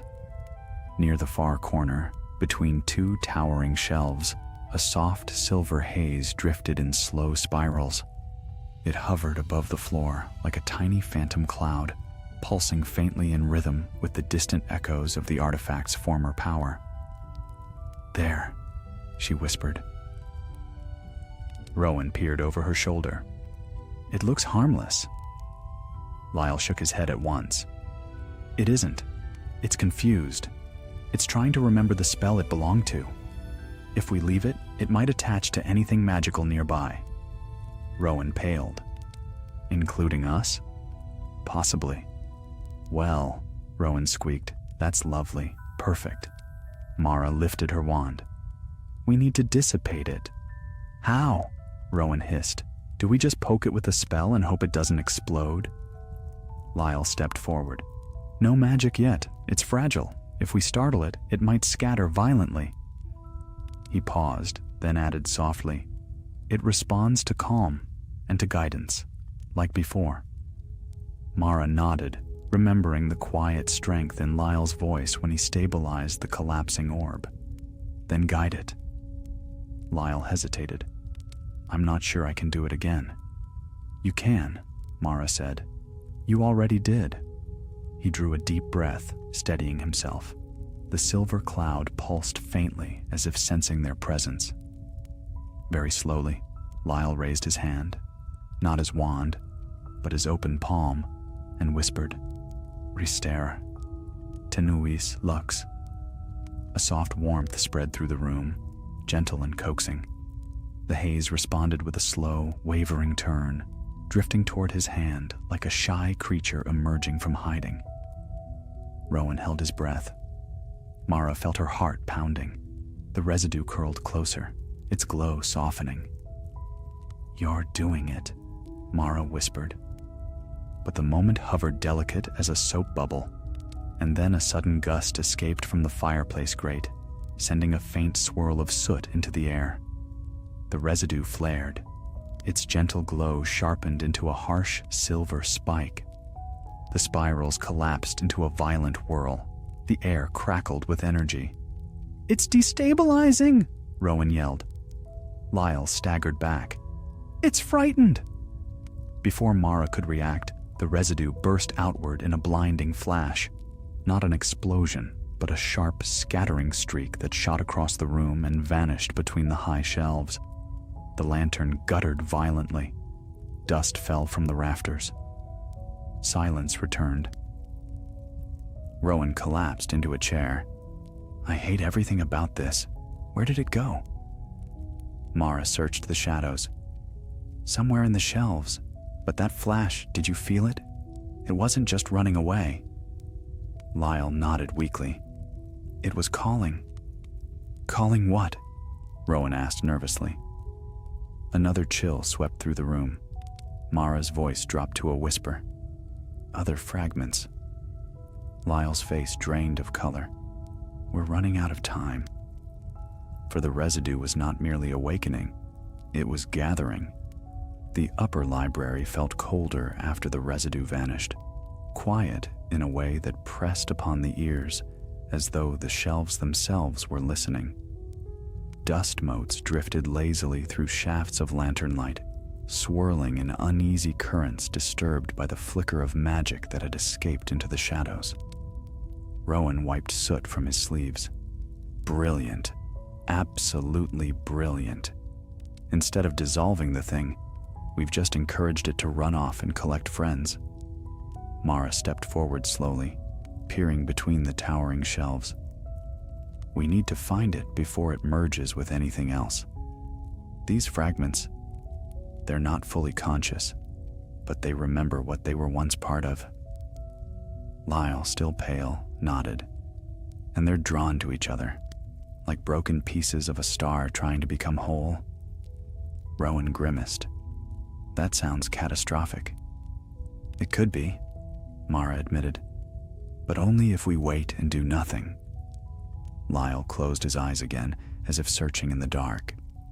It's moving toward the far wing, not fast, just drifting. He pointed deeper into the labyrinth of shelves. That way. They moved cautiously, their footsteps muffled by ancient carpets. The shelves loomed like silent guardians, filled with tomes so old that their leather bindings had cracked and curled. Lanterns flickered along the walls, casting pockets of golden light into which the shadows crept like patient creatures. They reached the far side of the room when a sudden tremor ran through the shelves. Not the violent shaking of the night in the tower, but a subtle quiver, as though something brushed the air between the books. Mara raised her wand. "It's close," Rowan whispered. "You'd think magical disasters would at least make noise when they approach. Give us a chance to run." But magic seldom obeyed such courtesy. They stepped around a narrow corner, and there it was again, a glimmer of silver between two shelves, twisting slowly in the stale air. But this time, it wasn't alone. 3 smaller fragments hovered near it, flickering like faint star embers. The larger fragment pulsed brighter, tugging the others toward itself with invisible force. "It's merging," Mara breathed.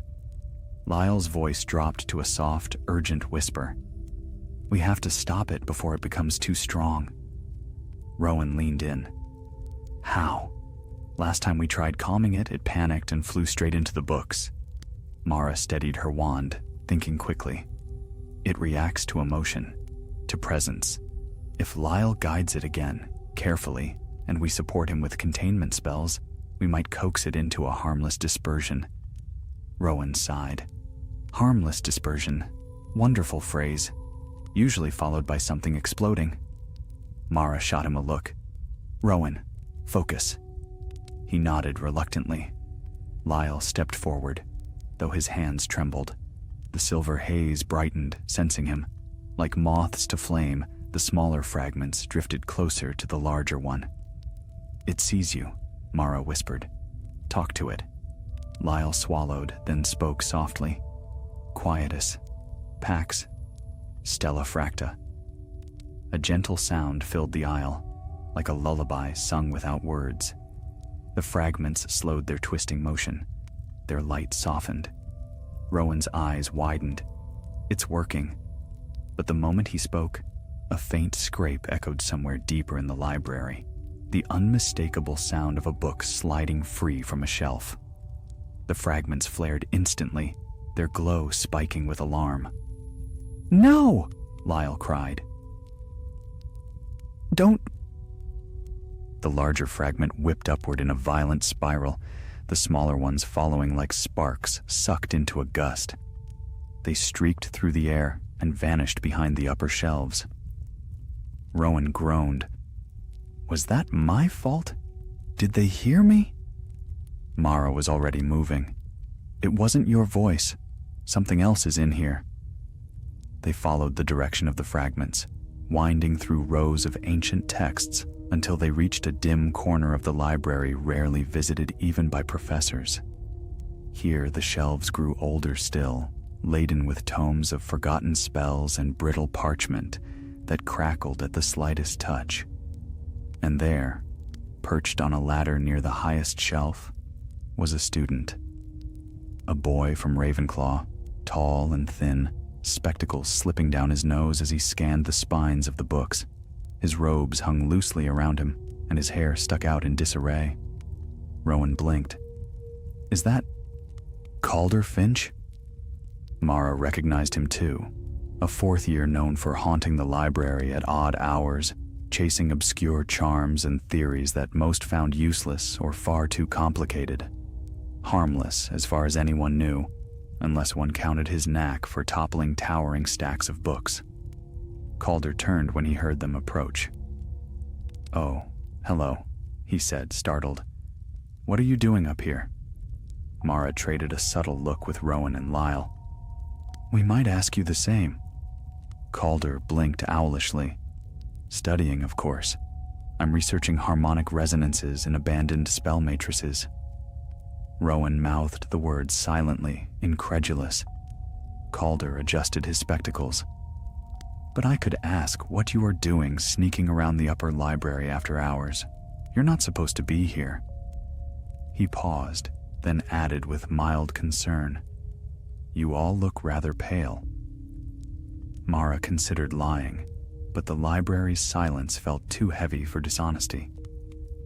"Calder," she said carefully, "have you noticed anything strange tonight? Lights, sounds, flickers of magic?" Calder's brow furrowed. "Actually, yes." He gestured vaguely toward the aisle behind him. "I saw a strange shimmer a moment ago. Thought it was a reflection, but it moved against the lantern light." Rowan muttered, "Fantastic. Even the nerds are spotting it now." Calder perked up. "Spotting what?" Lyle stepped forward before anyone could stop him. "Magic," he whispered. "Loose magic." Calder blinked. "Loose? As in detached? That shouldn't be possible." "It shouldn't," Mara agreed grimly. "But it is." Calder's eyes widened with sudden fascination. "Where is it?" Rowan groaned, not helping. But Calder had already climbed down from the ladder, landing with a soft thud. "If unstable magic is drifting uncontrolled, we need to examine it immediately. Such anomalies are rare, valuable, dangerous, yes, but valuable." Mara stiffened. The word valuable hit her like a spark. Kestrel had been driven by similar hunger, ambition fueled by brilliance and the desire to reach beyond her grasp. "We are not studying it," Mara said firmly. "We're stopping it." Calder blinked. "Stopping it? But why? It's harmless, isn't it?" Lyle shook his head. "Not if it grows." Calder frowned thoughtfully. "Grows? How would it do that?" Before Mara could answer, the air behind Calder flickered. A sharp silver shimmer shot down from the top shelf, curling behind him like a sudden gust of wind. Calder turned, baffled. "What was—" The fragment darted straight toward him. "Get down!" Mara shouted. Rowan lunged forward, yanking Calder aside just as the shimmering mass brushed past the boy's robe. The loose magic flared brighter, swirling in agitation, then shot upward, vanishing into the maze of shelves above them. Calder stared after it, stunned. That was magic without form. Incredible, terrifying, but incredible. Mara grabbed his arm. "Calder, listen. This isn't a curiosity. It's part of something dangerous.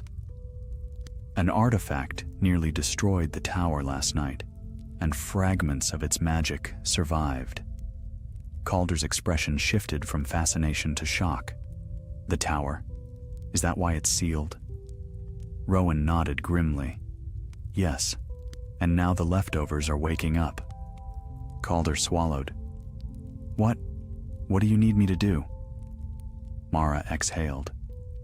"Help us find the fragments before they merge into something stronger." Lyle pointed upward. "It's close. It's gathering others. We need to move now." Together, the four students pressed deeper into the ancient stacks, following the thin, shimmering trail of a growing, awakening magic. The remnants of the storm were no longer quiet, and they were no longer alone. The deeper they ventured into the upper library, the more the air changed. It grew cooler, sharper, as if they walked into a forgotten pocket of the castle where time itself hesitated. Lanterns flickered with uncertain flames. Shadows thickened in the corners, The shelves felt impossibly tall, rising into darkness as though the books themselves formed a silent forest. Mara led the way, wand raised. Behind her, Rowan muttered charms under his breath, mostly for comfort rather than utility. Lyle walked silently, eyes half shut, following invisible strands only he could sense. Calder trailed close, notebook in hand, scribbling frantic notes even as he stumbled over stray tomes. "It's gathering ahead," Lyle whispered. "More than before. Stronger." A low hum vibrated through the shelves, faint but steady. Mara felt it through the stone floor, a thrum of magic that tugged at her nerves, familiar, yet deeply unsettling. "They're calling one another," Calder murmured in awe, like pieces of a broken instrument trying to rebuild the melody. Rowan groaned. "Fantastic, and our job is to stop the choir." They rounded a corner and entered a narrow aisle lined with dusty scrolls. The hum grew louder. The lantern at the aisle's end flickered violently, its flame twisting sideways as though pulled toward the far wall. Mara lifted her wand. "It's close. Stay behind me." But Rowan held out an arm protectively in front of Lyle. No arguments there. Calder peered past Mara's shoulder, eyes shining with scholarly delight. "Remarkable. Even the air currents are bending." "Calder," Rowan hissed, "if your excitement accidentally summons anything, I'm leaving you behind." Mara motioned for silence. The hum intensified. Then, in the darkened corner at the end of the aisle, something glowed. A swirling mass of silver, larger than any fragment they had seen, hovered above an open book. Tendrils of mist spiraled outward like reaching arms, pulling faint drifting sparks from the surrounding shelves. With each spark absorbed, the glow brightened. "It's feeding," Mara whispered. Lyle nodded, grim. "It's taking traces of magic from enchanted books." Calder gasped. "Of course. Many of these tomes carry latent enchantments, protective bindings, illumination charms, self-repair, tiny spells scattered across centuries."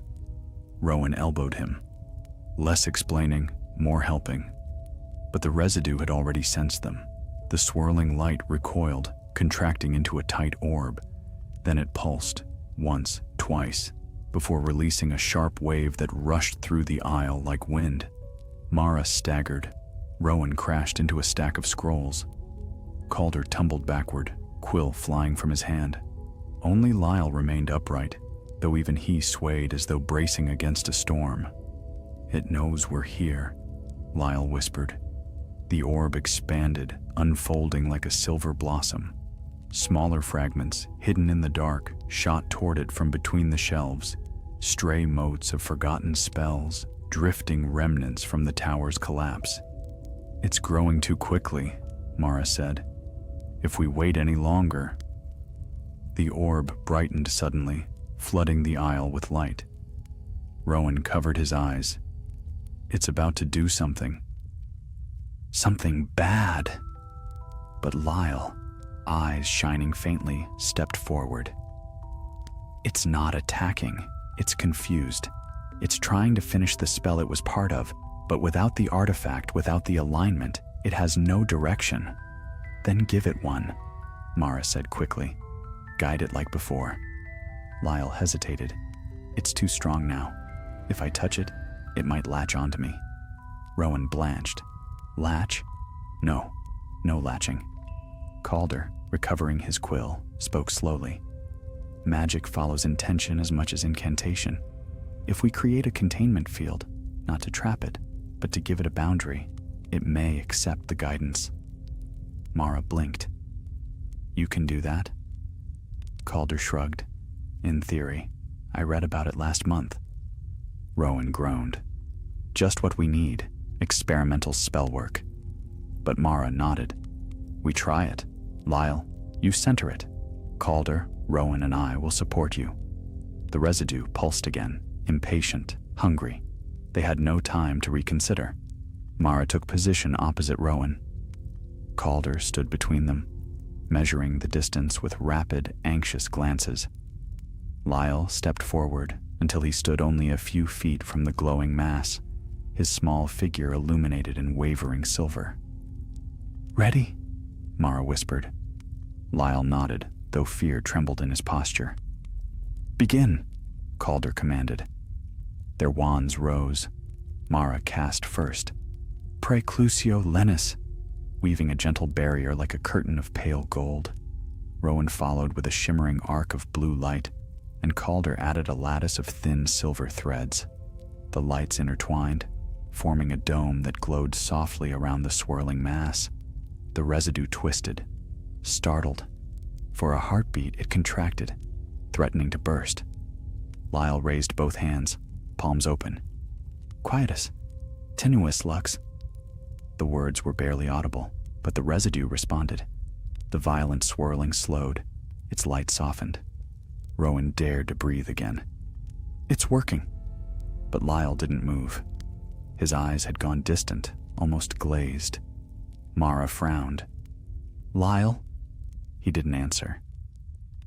The residue brightened, not in anger, but in recognition, as though sensing something in him, something familiar. Lyle took a small step forward, drawn by a force neither visible nor fully magical. "Mara," Rowan whispered urgently. "He's too close." Mara reached out to pull him back, and the residue surged. In a flash sharper than lightning, the swirling mass shot outward, latching onto the boundary of the spell. Sparks danced wildly across the dome as the residue pressed against it, seeking escape, seeking shape, seeking something. Lyle cried out, stumbling backward. Mara grabbed him in time, steadying him as the dome strained. "Hold the barrier!" Calder yelled, his voice cracking under the effort. Rowan gritted his teeth. "It's pushing too hard."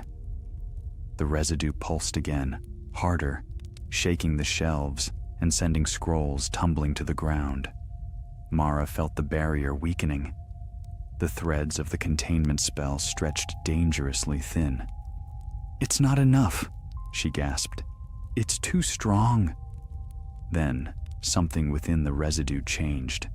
It contracted rapidly, spiraling inward until it formed a tight, spherical core, glowing fiercely, almost white. The hum grew piercing, vibrating through the walls. Lyle's breath hitched. "It's forming a focus point." Rowan panicked. "What does that mean?" Calder's voice dropped to a whisper of dread. "It's becoming conscious." A cold silence settled over the aisle. Then, the glowing core shuddered once, flared, and vanished.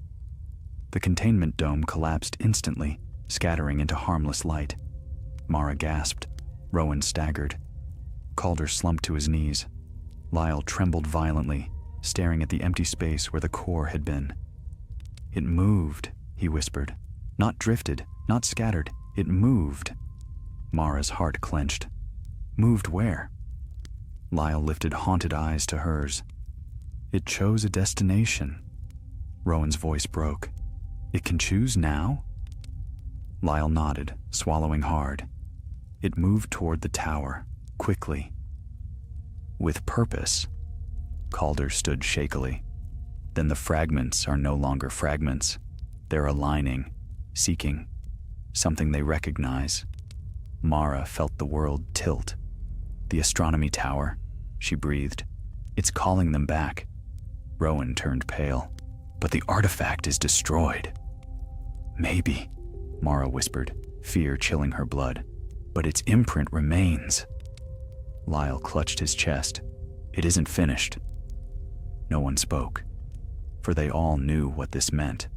The storm was returning, not through an artifact forged by human hands, but through the scattered remnants of its magic, which now possessed a will of their own. The castle had settled into night once more by the time the 4 students slipped from the library. The corridors were dim, lit only by torches that sputtered in uneasy patterns. their flames bending toward the upper levels as though drawn by an invisible tide. Something had awakened in the stone. Mara felt it with every step, a quiet pull, subtle yet insistent, tugging at the corners of her senses. Rowan walked close behind, muttering anxiously under his breath. Calder strode with unnatural briskness, clutching his notes as if they might shield him from the dark. And Lyle's eyes were fixed upward, as though he could already see the path the residue had taken through the castle's unseen channels. "It's traveling through the magic in the walls," Lyle whispered. "The castle's wards carry little echoes of starlight, old astronomy enchantments. The residue is following them like a trail." Rowan shuddered. Perfect. Even the walls are helping the magical catastrophe find its way home. Mara's heart beat steadily, though unease gnawed at her resolve. "We have to reach the tower before the fragments gather. If they fuse into a new core..." Calder nodded grimly. "It might recreate the artifact's function. Imperfectly, dangerously. A broken spell seeking completion." "And it's getting stronger," Lyle said softly. They reached a junction where the corridor forked, one path descending toward the Great Hall, the other climbing toward the highest towers. The air on the upper stairway rippled faintly, as though brushed by a passing breeze, though no wind stirred. "That way," Lyle murmured. They hurried up the stair, the castle groaning beneath their feet. Portraits along the walls stirred in their sleep. A painted wizard blinked awake as they passed, rubbing his eyes. "Students out of bed? What's this?" But their footsteps faded before he could finish. The nearer they came to the forbidden floor, the heavier the air grew. A pale haze seeped around the corridor's edges, almost invisible, but shimmering faintly like moonlit fog. Magic seeped from the stones, quiet, searching, restless. Rowan swallowed audibly. "It feels like walking through someone's breath." Calder scribbled a quick note. "Residual harmonic vibration. Fascinating." Mara grabbed his sleeve. "Please save the fascination until after we survive." As they approached the final turn, Lyle lifted a trembling hand. "Stop." Ahead, the corridor bent sharply, leading to the sealed entrance of the astronomy tower, and around that bend pulsed a glow, soft yet alive, flickering like the heartbeat of something unseen. Mara took a slow breath. "It's there, isn't it?"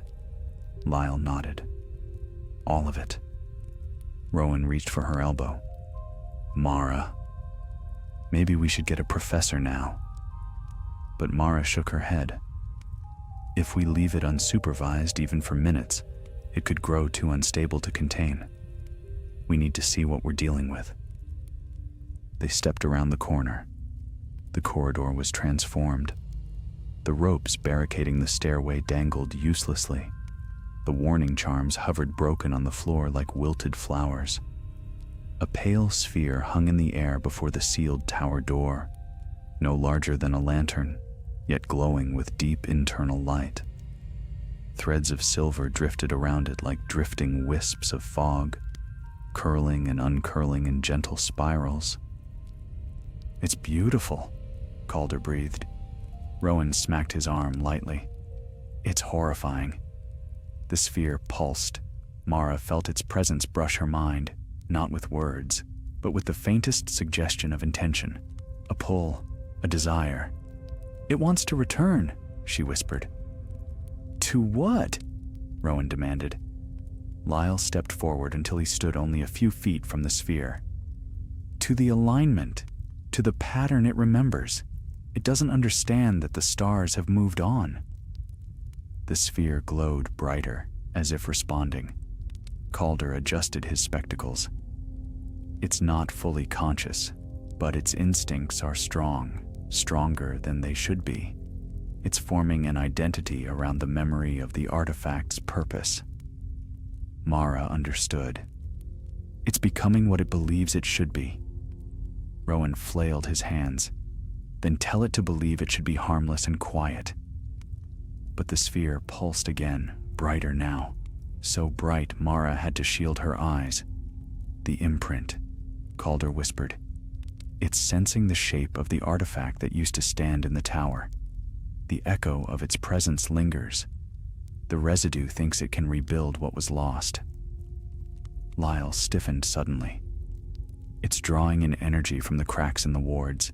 If it keeps feeding like this, it might force the tower door open. Mara shuddered. We can't let that happen. But before she could act, the sphere rippled violently. A shockwave of pale light burst outward, not destructive, but probing, testing the air as though reaching for something beyond the door. Lyle staggered backward, clutching his chest. It's calling for what remains inside the tower. Rowan blinked. Inside? There's nothing inside. Calder hesitated. Or perhaps there is. Mara turned sharply. What do you mean? Calder swallowed nervously. When magical artifacts collapse, not all their enchantments vanish. Sometimes metaphysical residues linger, fragments that cannot disperse. If any part of the original enchantment still clings to the tower room, even the faintest echo, the sphere might be trying to reunite with it. Rowan threw his hands up. So the shattered magic is trying to reunite with a ghost of magic? Wonderful. But Mara knew the truth ran deeper. A fragment seeking completion would not stop. It would push and grow and transform until it found the shape it craved. And if it failed, the backlash could be worse than the artifact's collapse. We need to stabilize it, she said. Not destroy it, not scatter it, guide it into harmless dissolution. Calder frowned, but we'd need a focusing charm delicate enough to coax it into unraveling, something that won't agitate it. Mara nodded slowly. A harmony spell. Rowan groaned. Of course, because everything these days is about celestial harmony. But Lyle stepped forward, lifting his chin. I know the pattern it's trying to follow. I can mirror a softer version, one that leads it away instead of forward. Mara placed a steadying hand on his shoulder. Are you certain? It's stronger than before. I'm certain, Lyle said softly. I can hear it. It's confused, not malicious. Rowan whispered, just like half the students here. Calder raised his wand. We'll form the containment barrier. You focus the core. Mara nodded. Rowan, with me. Together they raised their wands. Golden, blue, and silver threads wove through the air, forming a soft dome around the floating sphere. The light inside the dome shifted, pulsing with rising agitation. Lyle stepped closer.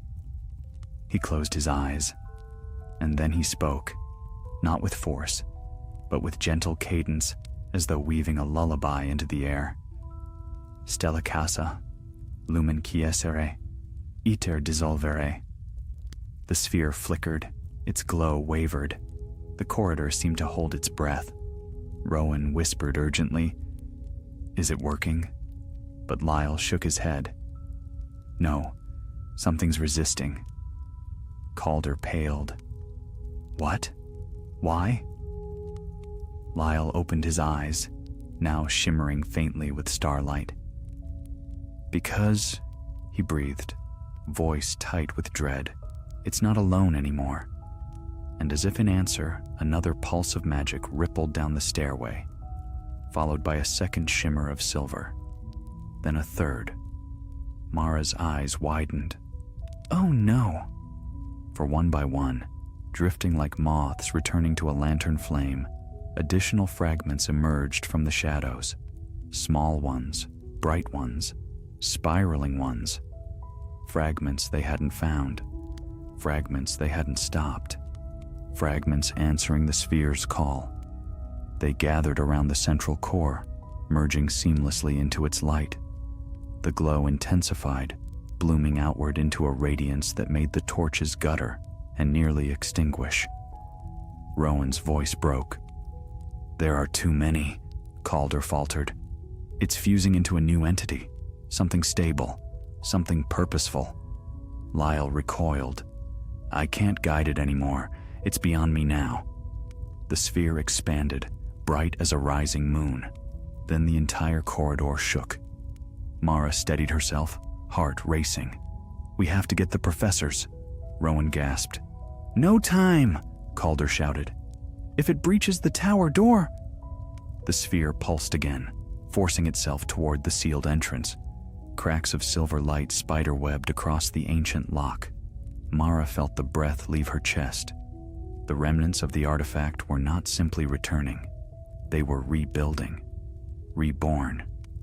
And the tower that once held them was beginning to answer their call. The sealed door of the astronomy tower trembled beneath the assault of gathering light. Lines of silver magic etched themselves across the ancient wood like living veins, pulsing with growing strength. Dust fell from the ceiling. The torch flames bent sharply away as the pressure built. Mara felt her heart thunder. "It's trying to open the door. If it breaches the chamber." Rowan finished for her, voice cracking.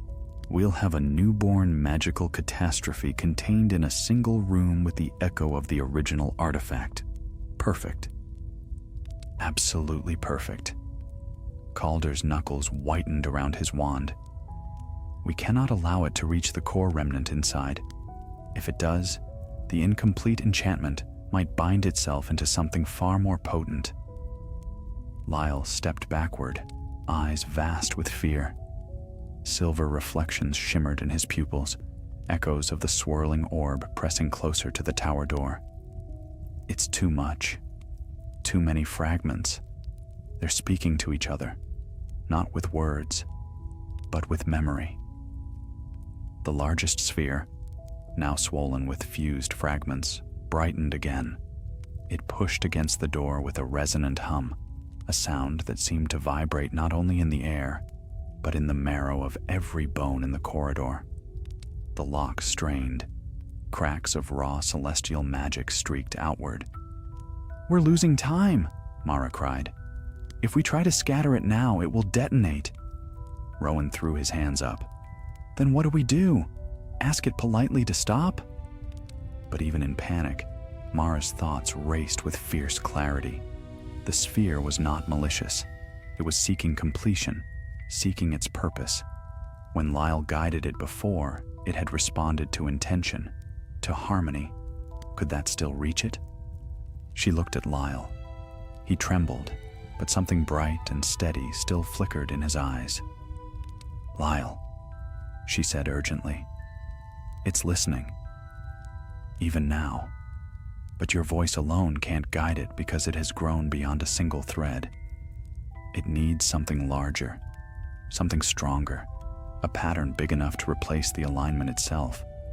Lyle whispered, "But I don't know a pattern like that." Calder inhaled sharply. "Yes, you do." They turned to him. "The Hogwarts wards," Calder said breathlessly. "They are ancient, older than any of us. They were laid when the founders built this castle, woven into every stone to protect, guide, and stabilize magic. They are the strongest harmonious structure for miles." Mara's breath caught. "If we channel the residue into the wards instead of the tower, it will disperse safely," Calder finished. "Fold into the castle's magic like rain into soil." Lyle stepped closer to the sphere, though fear still quaked through him. "I can sense the wards," he whispered. Soft, low, like a distant heartbeat. Mara nodded. "Then we give the residue a new pattern, a safe one. We must open a channel for it, but gently. If we force it, it will lash out." Calder raised his wand.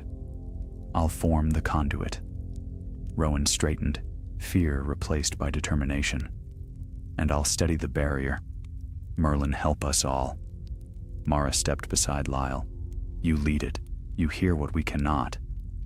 Lyle nodded slowly. courage rising like dawn. The sphere pressed against the tower door again. The wood groaned, glowing where the magic touched. "No more time," Mara said. "Begin!" Calder cast first, his wand carving a shimmering spiral in the air, a thin line of silver magic that extended from the corridor floor and sank into the stones beneath. The ward line glowed faintly, ancient and deep. Rowan strengthened the barrier dome, weaving blue and gold light around the sphere to prevent it from breaking through prematurely. Mara added her own magic, a stabilizing charm that wrapped around Lyle like a protective cloak, anchoring him securely within the torrent of celestial energy. Lyle stepped forward, raising his hands. The sphere paused, as though listening. Lyle spoke, not loudly but with resonance, each word carrying a subtle gravity beyond his years. Domus antiqua, magia vetus, secere vias quietas. His voice threaded into the sphere like a soft, guiding bell. The swirling fragments flickered uncertainly, hesitating as though caught between instinct and invitation. "Keep going," Mara whispered. "It hears you." Lyle closed his eyes, lifting his voice again. "Non ad astra, non ad ruinam, sed ad fundamentum, ad pacem domus." The sphere contracted slightly, its violent pulsing slowing into a rhythmic thrum, uncertain, but wavering toward calm. The silver cracks along the tower door dimmed. The pressure eased. Rowan gasped, "It's working!" But then, a deeper pulse sounded from the sealed chamber beyond the door. A remnant echo of the original artifact answered the sphere's call. The residue brightened sharply, torn between two patterns, one ancient and stabilizing, one familiar and destructive. It quivered violently. Lyle stumbled. "It's confused. It wants to follow both." "No," Mara said fiercely, placing her hand over Lyle's. "Lead it. Show it where it belongs." Lyle steadied himself. His voice rose with quiet power. "Hic est locus tuus, non in caelo fracto, sed in magicis muris domus." The sphere wavered, then slowly, beautifully, it turned away from the tower door. Mara nearly wept with relief. The sphere drifted toward Calder's conduit. The silver threads around it loosened, elongating like strands of silk caught in a gentle wind. Rowan reinforced the barrier, guiding the residue toward the glowing channel in the floor. Calder adjusted the conduit's angle, pulling it fully open. "Now!" Mara cried. "Release it!" Lyle exhaled one final phrase, a soft, tender whisper. "Et in pacem." The sphere dissolved, not in an explosion, not in collapse, but in a graceful cascade of starlight.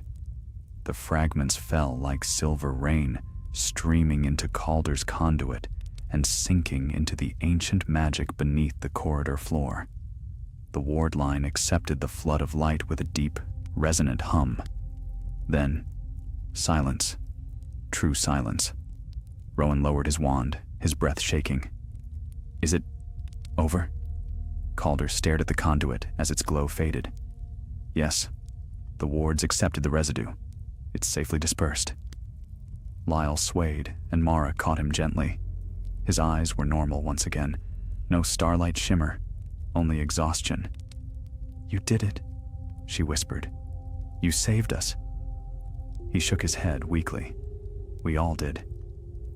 A final soft crackle came from the tower door as the last trace of unstable magic faded.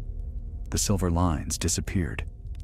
The wood darkened to its natural state. The astronomy tower stood quiet once more. Later, under the dim glow of the Gryffindor common room fire, the three friends sat together. Calder had returned to Ravenclaw, promising to keep their secret. The castle was peaceful again. The strange whisper of celestial residue was gone. Rowan stretched, wincing. "If Hogwarts ever wants to fall apart again, I'd like to request it do so during daylight hours, preferably when I'm in another country." Mara laughed softly. "You handled it brilliantly." Rowan pointed at Lyle. "He handled it brilliantly. I merely panicked artistically." Lyle smiled faintly. "We did it together." Mara gazed into the fire, her voice gentle. "And now it's really finished." The castle seemed to hum in agreement, a quiet, ancient sound of contentment. The residue was gone. The artifact's shadow at last dispersed, and the mystery of the locked astronomy tower had reached its peaceful end. The three Gryffindors sat together, warmed by firelight and friendship, unaware that in years to come, their names would be whispered in stories told to wide-eyed first years. Of the night, the tower nearly opened to the stars, and the brave students who kept Hogwarts safe beneath the sky.